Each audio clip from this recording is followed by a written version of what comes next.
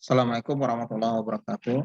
Alhamdulillah, wasyukurillah, wassalatu wassalamu ala rasulillah, wa ala alihi wa sahbihi wa mawala. Raditu billahi rabba wa bil islami dina wa bi Muhammadin nabiyya wa rasulah, rabbi zidni ilman wa rzuqni fahman. Bismillahirrahmanirrahim. Hari ini kita ketemu lagi dalam seri mata kuliah metode penelitian sosial dengan tema instrumen penelitian. Apa yang dimaksud dengan instrumen penelitian, bagaimana isi sebuah instrumen penelitian, dan tujuan dari sebuah instrumen penelitian, maka pada mata kuliah ini akan kita bahas secara tuntas. Kemudian untuk bagaimana menerapkan atau membuat instrumen akan kita lanjutkan nanti pada seri mata kuliah di semester depan. Baiklah, kita akan share dulu bahannya.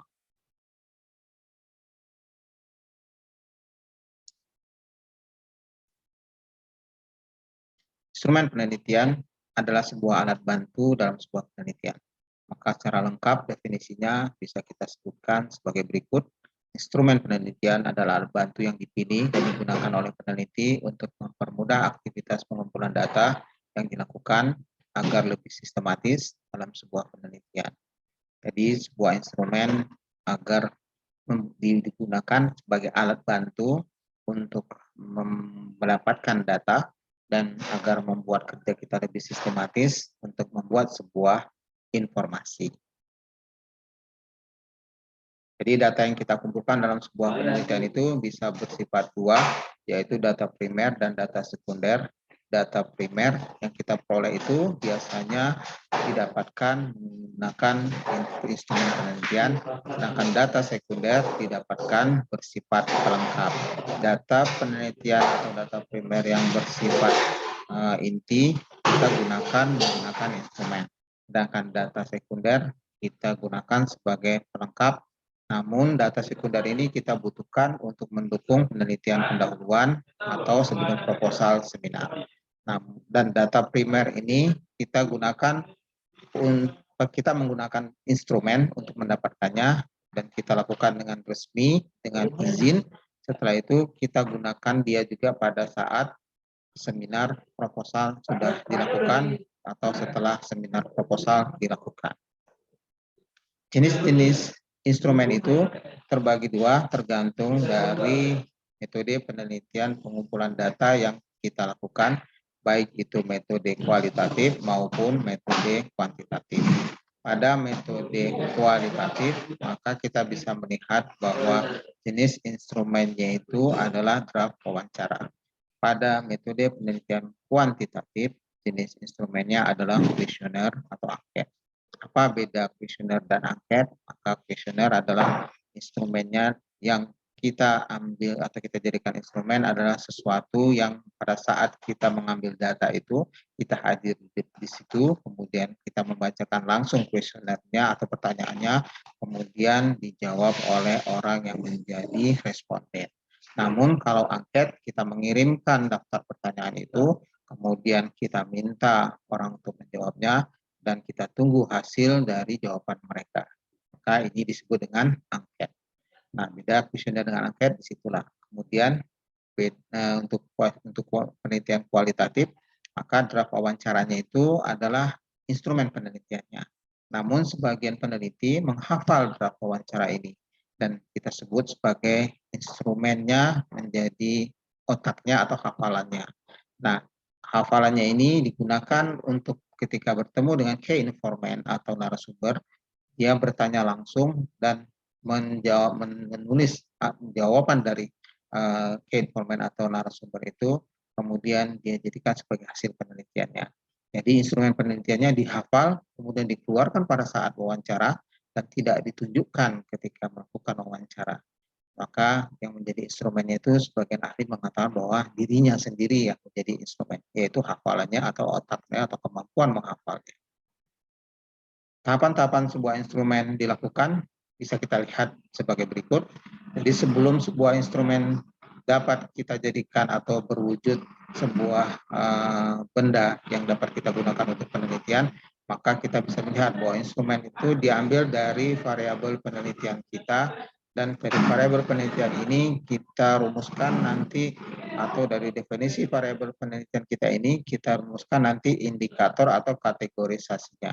Nah, kategorisasi inilah yang akan, atau indikator inilah yang akan kita gunakan untuk menjadi bahan dasar pembuatan instrumen, dan nanti dari sini kita bisa melihat bahwa kita akan mendetailkan kategorisasi atau indikator ini ke dalam bentuk item-item pertanyaan. Nah, jika sebuah kategori atau indikator sudah dirumuskan, maka kita bisa melihat di sana mereka terdiri dari pertanyaan-pertanyaan.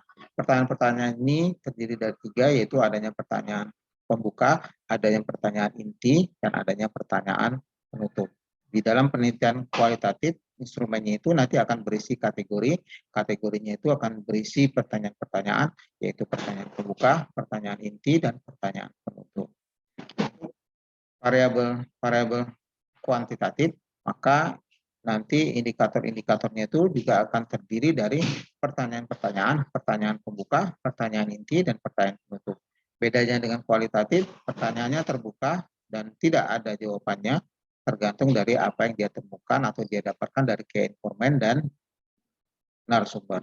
Di pertanyaan kuantitatif pertanyaannya sudah memiliki jawaban, dan ini akan diminta langsung untuk dijawab dan dipilih oleh peneliti kepada responden.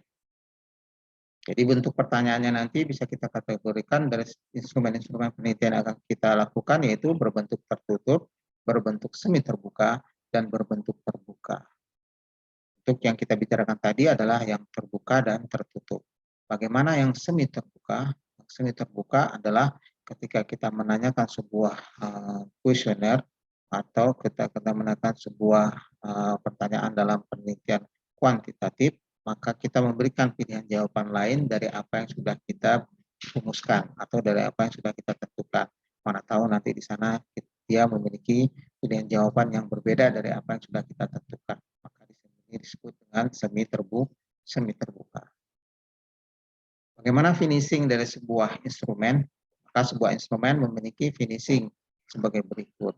Dari awal kita bisa melihat bahwa ketika bentuk instrumen itu sudah ada, maka instrumen itu pasti memiliki identitas pengisian atau kondisi pengisian.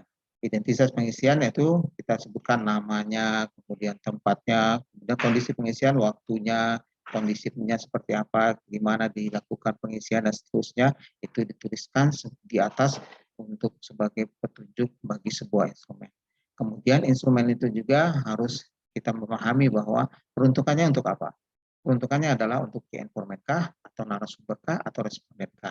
Apakah untuk key informan atau kata kita katakan sebagai sumber data yang langsung sebagai orang yang akan kita teliti, atau narasumber atau orang yang dekat dengan orang yang sedang diteliti, atau responden. Dia merupakan orang yang jauh dari sumber data yang sebenarnya. Dan pelaksanaannya juga harus kita tentukan siapa yang akan menjadi pelaksananya atau masyarakat. Apakah pelaksana kegiatan itu apakah administratornya ataukah masyarakatnya. Kemudian secara administratif kita bisa lihat juga izin penelitian dan ACC pembimbing. Nah, berarti bahwa setiap instrumen itu harus mendapatkan izin penelitian dalam pembuatannya. Kemudian setelah proposal diseminarkan, maka kita mendapatkan izin untuk melakukan pembuatan instrumen. Nah, pembuatan instrumen yang sudah siap dan sudah dikerjakan harus mendapat ACC pembimbing sebelum dia turun ke lapangan. Ini yang dimaksud dengan administratif. Jadi sebuah instrumen harus memiliki 3 unsur ini: petunjuk pengisian, peruntukannya, dan administratifnya. Mungkin itu saja yang bisa saya sampaikan. Dan sebagai penutup, kita harus bisa melihat bahwa apa yang kita sampaikan tadi sebagai ACC pembimbing dan seterusnya itu adalah termasuk aturan-aturan yang bersifat utama. Kemudian yang pendukung nanti adalah yang dilengkapi dengan petunjuk pengisian, ini disebut dengan aturan-aturan pendukung. Itu saja mungkin yang bisa saya sampaikan pada pertemuan kita kali ini. Billahi taufiq wal hidayah. Assalamualaikum warahmatullahi wabarakatuh.